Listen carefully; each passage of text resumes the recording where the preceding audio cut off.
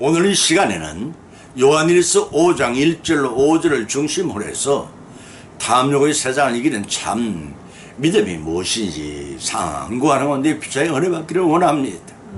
주일 아침 성경을 들고 교회에 나온다고 다 성도가 아니듯이 예수 그리스도를 믿는다고 다 크리스찬이 아닙니다. 예수님께서 이 땅에 다시 오실 그때를 생각하면서 말씀하시기를 인자가 올 때 너희 믿음을 보겠느냐 라고 반문하신 바 있습니다. 오늘의 본문만 선택하는 요한일서 5장 1절 5절은 요한일서의 결론에 해당되는 장인 것입니다.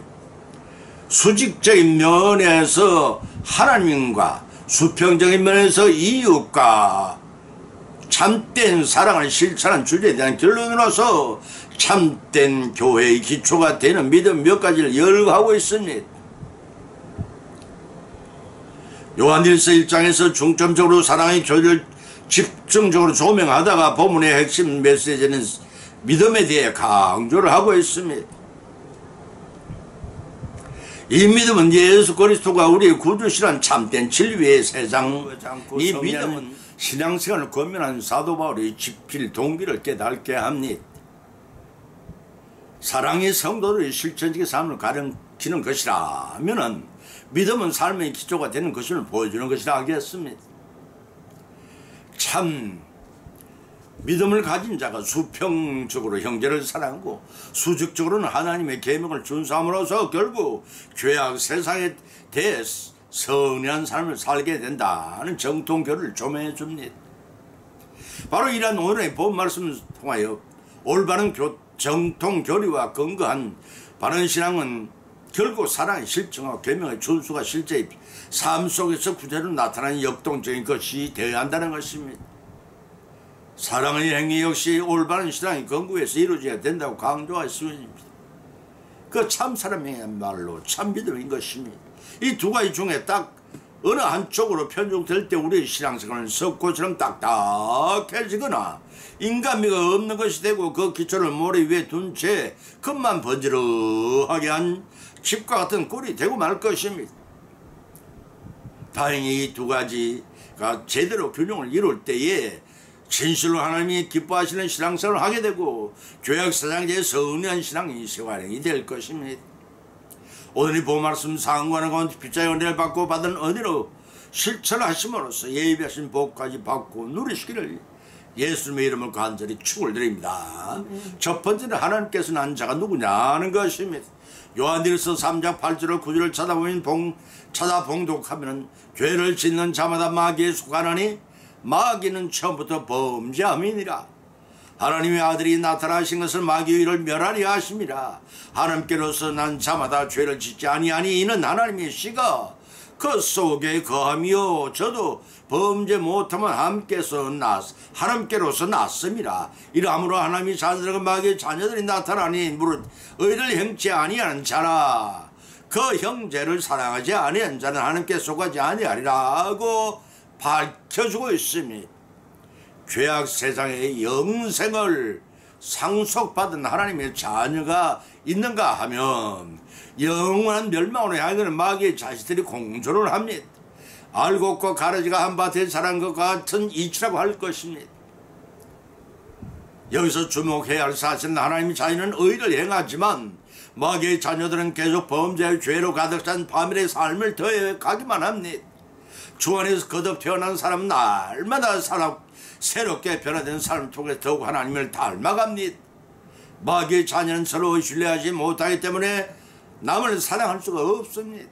그렇지만 하나님의 자녀는 사랑 그 자체이신 하나님께 속하기 때문에 서로 사랑할 수가 있습니다. 사랑하는 성도 여러분, 여러분의 삶은 어떠하신지요? 하나님의 자녀답게 서로 신뢰하며 사랑함으로써 믿음 생활을 잘해 나가리라 믿습니다. 본문 1절로 2절을 보면 예수님께서 그리스도를 믿는 자마다 하나님께로서 난 자니 또 내신 이를 사랑하는 자마다 그에게서 난 자를 사랑하느냐고 요한일서 2장 22절과 요한복음 1장 12절로 13절 8장 42절에 밝히 전가하고 있습니다. 우리가 하나님을 사랑하고 그의 계명을 지킬 때에 이로써 우리가 하나님의 자녀 사랑한 줄을 아느니라고도 요한일서 2장 5절에도 밝히고 있습니다. 요한 사도는 앞절에서 의를 행하는 자와 형제를 사랑하는 자라에서 자라나신 전자는, 그런데 본절에서 1절에 그리스도를 믿는 자들은 하나님께로 난 자라고 말했습니다. 전자는 실전적인 면에서, 후자는 교리적인 면에서 구원에 대하여 설명하는 것일 뿐 전후 모두가 같은 뜻입니다. 본문 1절에서 예수라는 호칭은 베들레헴에 태어난 나사렛에서 자라나신 목숨의 아들로서 인간의 몸을 입고 오신 예수 그리스도의 인성을 나타내는 이름이고, 그리스도는 하나님의 아들로 신성을 지닌 채 세상을 구원하기 위해 오신 구세주 곧 메시아의 직책을 묘사한 호칭입니다. 때문에 이는 예수 그리스도라는 성모는 온전하게 인성과 신성을 지니신 하나님의 인격체임을 나타내고 있는 것입니다. 만약 이를 이름에서 예수가 부정되면 그의 인성이 부정되는 것이고, 그리스도가 부정되면 그의 신성이 부정되는 것입니다. 때문에 본질에서 인간 대신 예수님이 하나님의 아들이시며, 요한일서 4장 15절의 말씀입니다. 구세주이시며, 요한일서 4장 14절의 말씀입니다. 그가 바로 그리스도를 믿는 자 모두가 하나님의 자녀라는 의미가 됩니다. 본절 끝에서 내신 이를 사랑하는 자마다 그에게서 난 자를 사랑하느니라고 하였습니다. 여기서 내신 이는 하나님을, 그에게서 난 자란, 그 하나님에게서 난 하나님의 자녀를 가리킵니다. 따라서 하나님의 자녀를 사랑한다는 것은 형제를 사랑한다는 뜻입니다. 때문에 본절의 전체를 이해한다면 예수 그리스도를 하나님의 아들이시며 세상의 구주로 되심을 믿는 자마다 다 하나님의 자녀요, 하나님의 자녀들은 하나님이 그들을 사랑하는 것 같이 서로 사랑한다는 것입니다. 그렇다면 하나님이 구체적으로 사랑의 표적이 무엇이냐 하는 것입니다. 본문 2절에서 밝히 전가하기를 하나님을 사랑하고 계명을 지킬 때 이로써 하나님의 자녀인 줄 아느니라고 밝혀주고 있습니다. 이 뜻은 본문 1절에 하나님을 사랑하는 자는 당연히 하나님께로 난 자를 사랑한다는 그것이 원리적인 설명이라면, 본문 2절은 당연한 논법을 사용하지 않고 계명을 지켜만 하나님을 사랑한다고 말할 수 있다는 논법으로 설명하고 있는 것입니다. 요한복음 14장 21절 24절에서 예수께서는 말씀하시기를 하나님을 사랑하는 것과 하나님의 계명을 지키는 것은 하나님을 선언하셨습니다.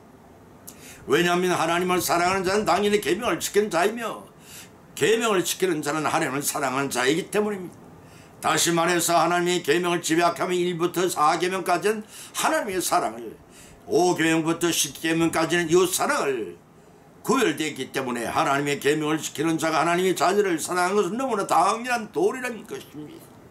사랑하는 자는 하나님을 사랑하는 자지만 하나님을 사랑하지 않는 자는 형제도 사랑하지 않으며, 요한일서 3장 1절의 말씀이 그 형제를 사랑하지 않는 자는 하나님도 사랑하지 않는 자라고 요한일서 4장 20절에서 밝혀주고 있는 것입니다. 사랑하는 성도 여러분, 하나님을 사랑하십니까?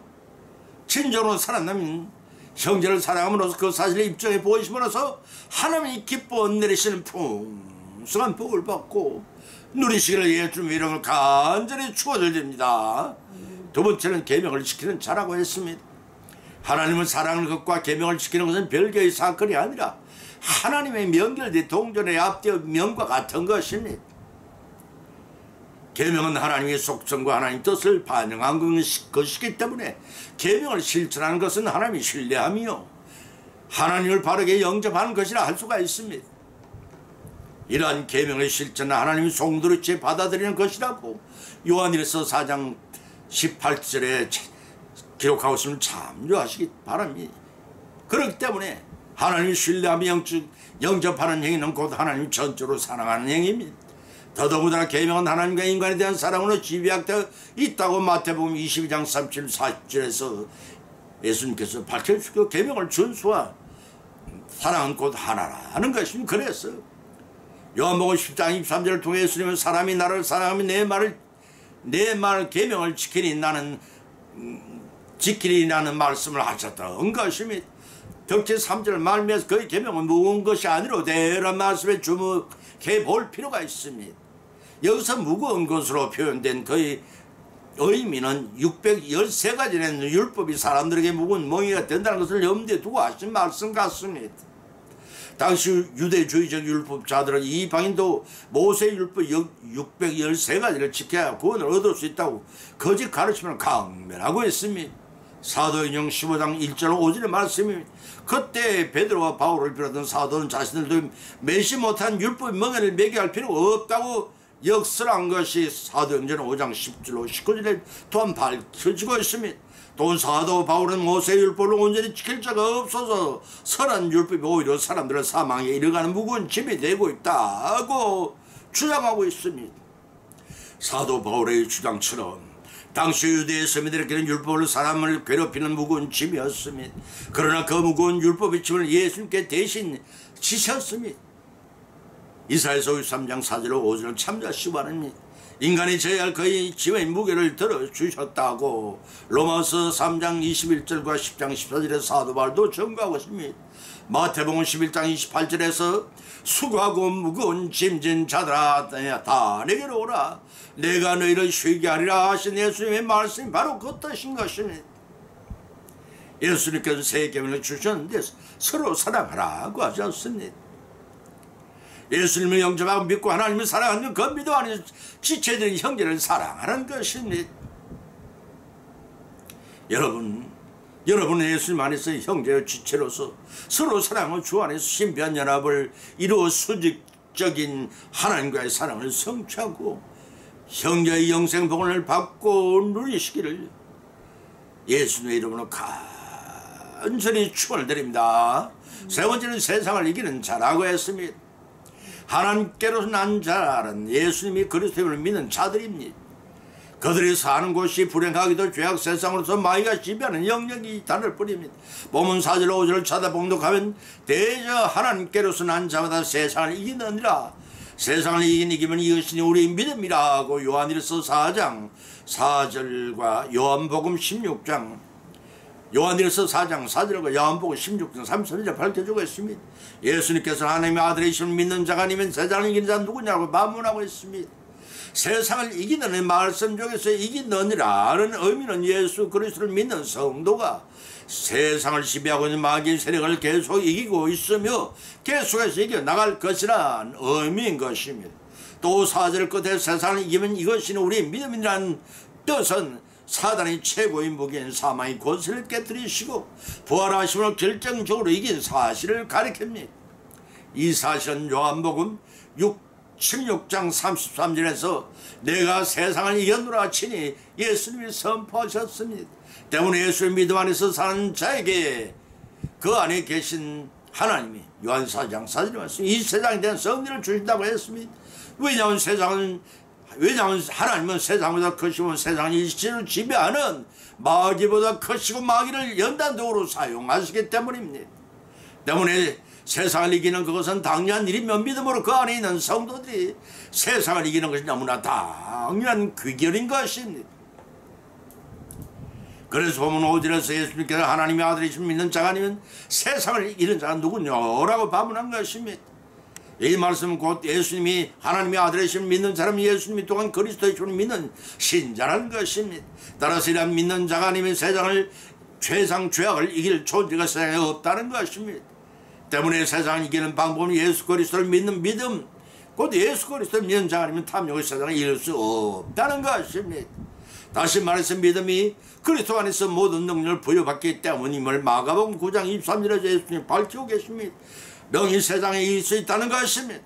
말씀으로 천지 만물을 창조하시고 지금도 살아게 하셔서 창조 섭리대로 우주 만물을 통치하시는 전지전능하신 하나님을 전주로 신뢰하는 믿음이야말로 그리스도의 성령의 원천임을 믿고 이런 성차여 누리시길 주님의 이름으로 간절히 축원을 드립니다. 결론을 맺습니다. 요한복음 14장 15절에서 예수님께서 말씀하시기를 너희가 나를 사랑하면 내 계명을 지키라고 하셨어요. 전도서 10장 13절에서는 기록하기를 이런 결국 다 들었으니 하나님을 경외하고 그 명령을 지킬지어다 이것이 사람의 복문이라고 선언하였습니다. 사랑하는 성도 여러분은 계명을 잘 준수하며 하나님을 경외함으로써 그 명령을 잘 지키고 계시며 믿음대로 살아가고 계시는지요? 하나님을 사랑하느라 하면서도 그 계명을 불순종하는 모순된 신앙생활을 하고 있지 않은지 한번 좀 돌이켜보시기 바랍니다. 슈라의 엘마헬이란 분은 믿음이란 사람이 힘의 요한함을 깨닫고 절대적인 하나님 품 안에 의지하는 것이라고 하였으며, 그리스도는 하나님 앞으로 들어가는 문으로서 영혼을 하나님 품으로 인도하신다는 것입니다. 이때 신앙이 그 문을 여는 열쇠라면 성령은 바로 열쇠를 만드는 분이라고 피력을 했습니다. 지금까지 본문의 저자가 강조한 성도의 의무는 미움과 분쟁의 원리가 지배하는 세상에서 하나님이 친히 보여주신 십자가의 휘정적인 사랑을 믿음으로써 생활을 이기는 것입니다. 예수님은 공생의 마지막 시점에 제자들에게 고비를 설교를 하시면서 세상에서 너희가 환난을 당하나 담대하라, 내가 세상을 이겨노라고 요한복음 16장 33절에 선포하셨으며, 또 사도 바울은 악에게 지지 말고 선으로 이기라고 로마 10장 21절에서 피력하고 있습니다. 이는 모두 믿는 자에게 강하게 권면하고 있는 교훈의 말씀인 것입니다. 이제 그러한 성리는 어디까지나 하나님의 힘으로 얻는 것이니 성도는 하나님의 아들 예수님을 믿는 믿음 안에서 거할 때 더불어 이길 수가 있다는 사실을 명심하시기 바랍니다. 본문의 저자 사도 바울은 본문을 통해 믿음은 하나님이 계명을 준행하는 실천적인 사랑으로 연결된 것임을 우리 성도들에게 주지시키고 있습니다. 따라서 하나님께서 난 자는 범죄하지 아니합니다. 하나님께서는 난 자는 형제를 사랑합니다. 하나님을 의지하는 자는 세상을 이깁니다. 이와 같은 믿음을 간자는 지속적인 순종을 살아갑니다. 우리가 온전히 하나님께 속하고 전적으로 신뢰할 때 우리는 하나님으로부터 세상을 이긴 힘을 받게 된다는 사실 또한 명심하시기 바랍니다. 우리 성도들, 우리 그리스도를 바로 믿는 참 믿음을 가지고 이 세상을 이기고 천국을 겨울에 받는 우리 모두의 영생을 이루어 나가는 여성이 되시기를 예수님의 이름으로 간절히 축원을 드립니다. 찬송가 442장을 올리겠습니다.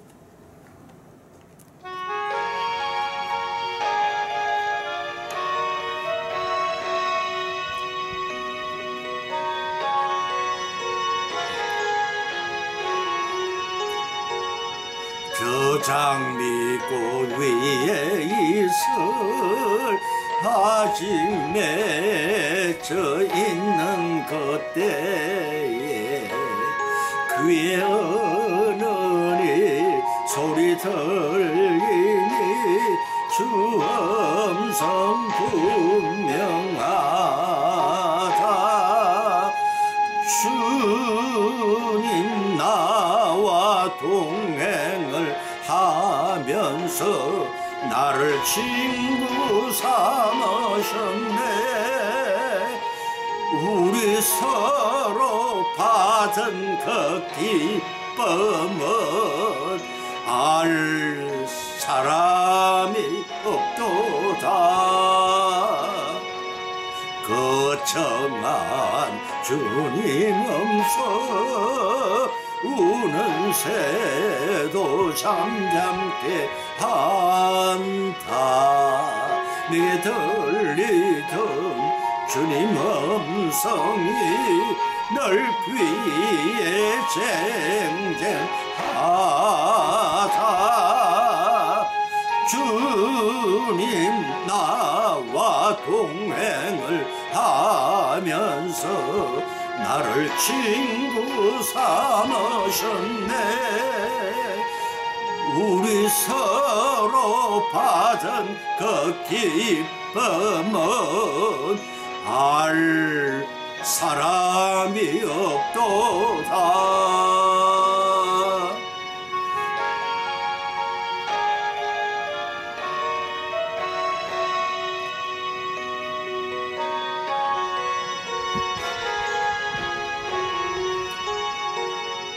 밤 깊도록 동산항에 주와 함께 있으려 하나.